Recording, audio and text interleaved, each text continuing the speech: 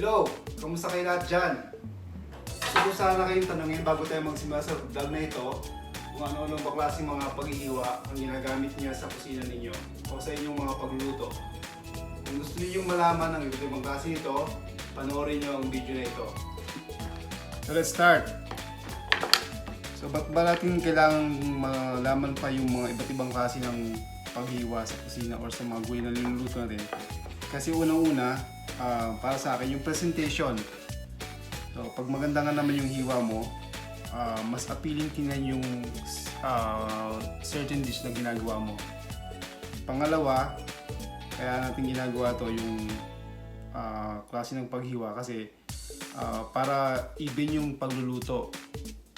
Kailangan sabay-sabay, kailangan pantay-pantay yung hiwa mo. So pag nilagay mo siya sa niluluto mo, sabay-sabay siyang maluluto. Hindi pwede yung may maliit, hindi pwede may malaki, tapos sabay mo siyang lulutuin.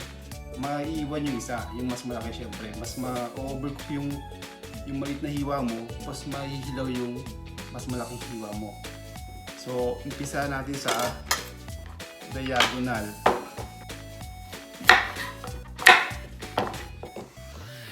So, diagonal. Pag sa'yo mong diagonal,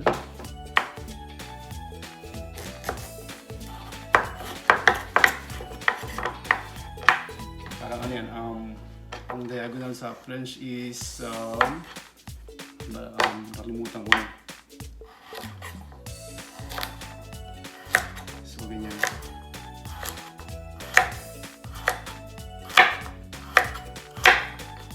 Nakita nyo yung ano, pagkakahiwa.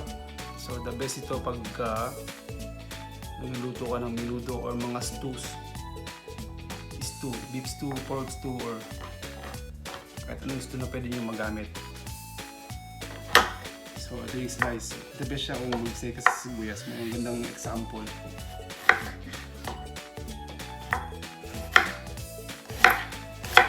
Ito ko muna ginagawa ng natin. Kusina yung slice lang. Slice. Next yung chiffonade.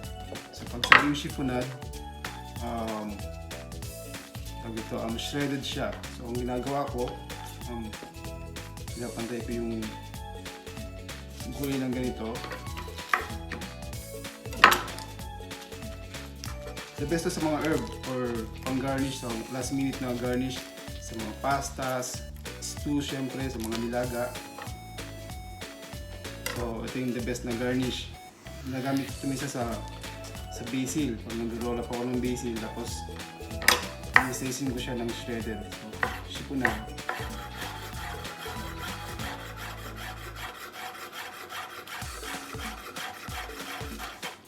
Yan ang chiffonade. Ito naman yung small dice at saka big dice. So, meron ako itong half onion. Peeled half onion. So, yung isang parte, gagawin natin small dice at yung isang parte big dice. So tingnan nyo yung technique. So bago nyo nga pala gawin ang lahat ng ito, make sure na ingatan nyo yung kamay ninyo o mag-ingat kayo sa pag-iwa lalo pag sobrang talas ng kutsilyo ninyo. So ito yung small dice.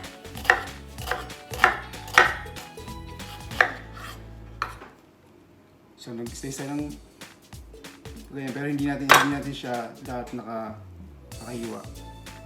So yung dulo lang hindi ko hiniwa. So naiwa natin siya ng pag ganon. Ayan naman. So again, kailangan medyo maingat sa paghiwa. Small dice.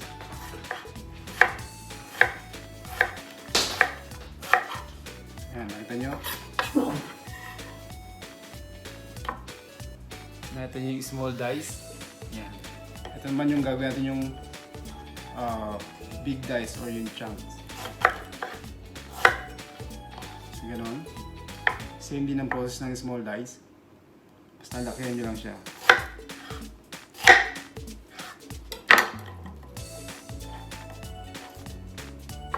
So, ito naman yung round.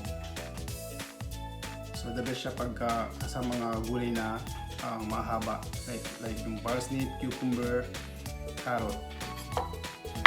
So cut nyo rin siya sa desired thickness ninyo, basta round. Pwedeng manipis, ganito. Pwede rin mas makapal. Depende nyo kung anong gusto nyo, basta round yung resulta niya. Ito medyo thick. Ito yung thin slice. Round. Next is yung diamond cut. So diamond, tutulong ko kung paano gumawa ng diamond cut. Meron ako itong carrot na kinat ko siya ng square, medyo pahaba. So pag gagawa kayo ng diamond cut, sundin nyo lang itong method na to. So nakaiwan kayo ng ganitong klaseng hiwa. Hiwain na siya manipis.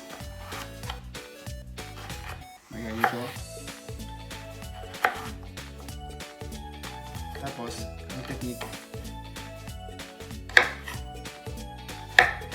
yan.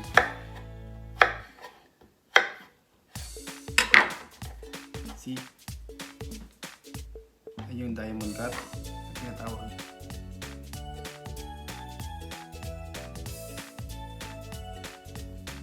Diamond cut. Next yung matchsticks. Matchsticks.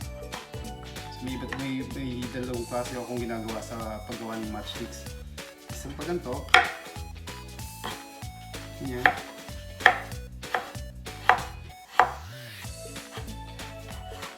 Isa naman yung pangpansit na tinatawag natin sa atin.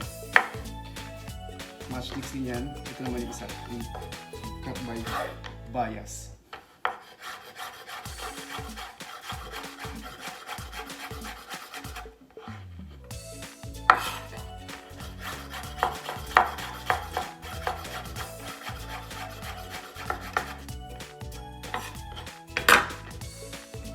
Matchsticks. Parang matchsticks yan.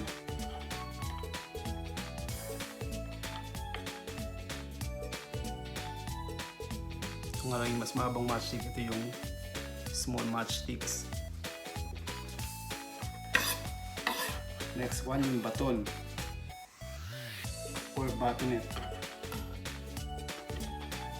Same thing, yung kulay.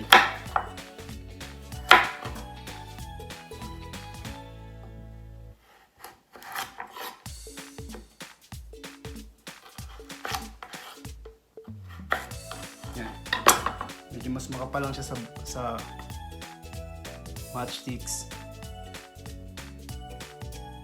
Yan yung batonet. So, ginagawa yung batonet pag gagawa ka ng crudité o yung vegetable dip. Sagawin ito sa cucumber.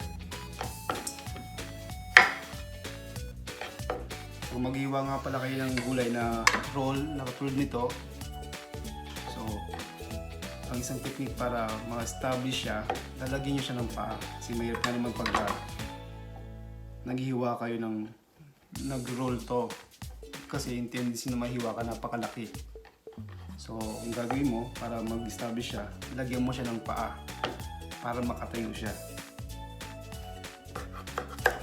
Yan, lagyan mo siya ng paa.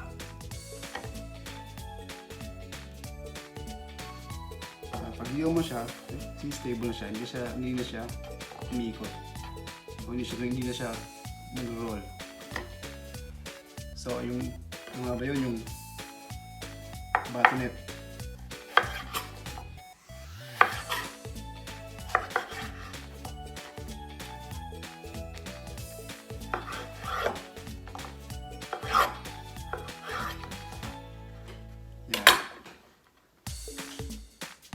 Batonet yung tinatawag. Next yung mincing. Mincing or mince. And then, ito Hindi siya rolyo yun. Iwanan siya manipis na haba.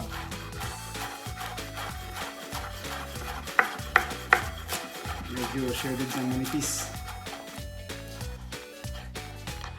Tapos, iwanan siya ng pimentol.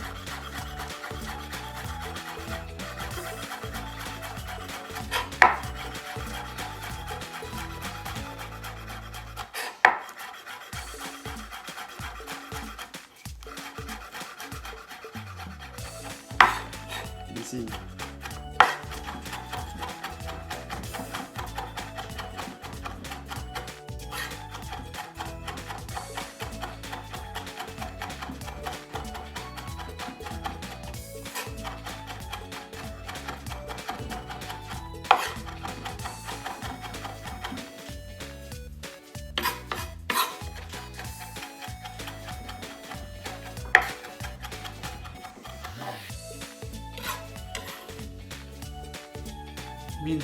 Mince.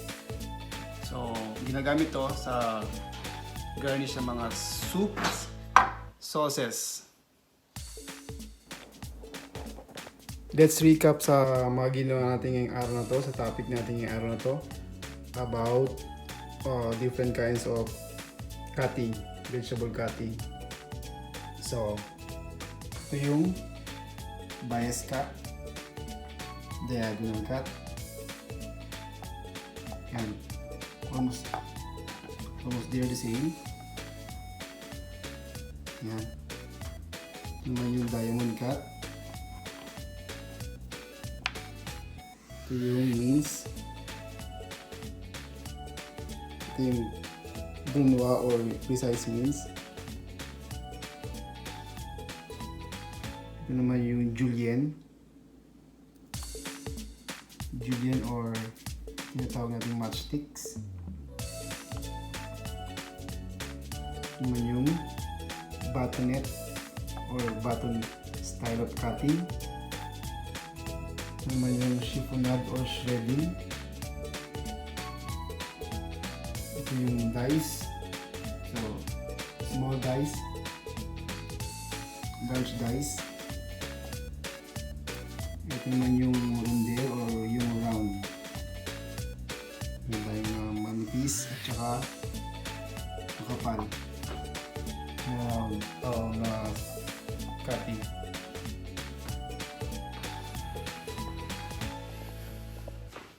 So ayan, sa wakas natapos natin yung project natin yung araw na to, yung iba't ibang klase ng paghihiwa ng gulay. So I hope guys na marami kayong natutunan sa araw na ito, sa ating ginawa. So kung meron kayong katanungan, kung meron kayong comment or nais na idagdag sa vlog na ginawa natin yung araw na to, i-comment nyo lang. At huwag niyo po sanang kalimutang mag-subscribe sa video ko, sa vlog ko, yung Kitchen Coach Ben Hur, kung gusto niyo pang maraming matutunan. At saka sana po i-hit niyo po yung kampana, yung notification bell button, para hindi niyo ma-miss yung mga susunod pa nating vlogs. Alright? So hanggang sa muling pagtuturo, mag-ingat po kayo lahat.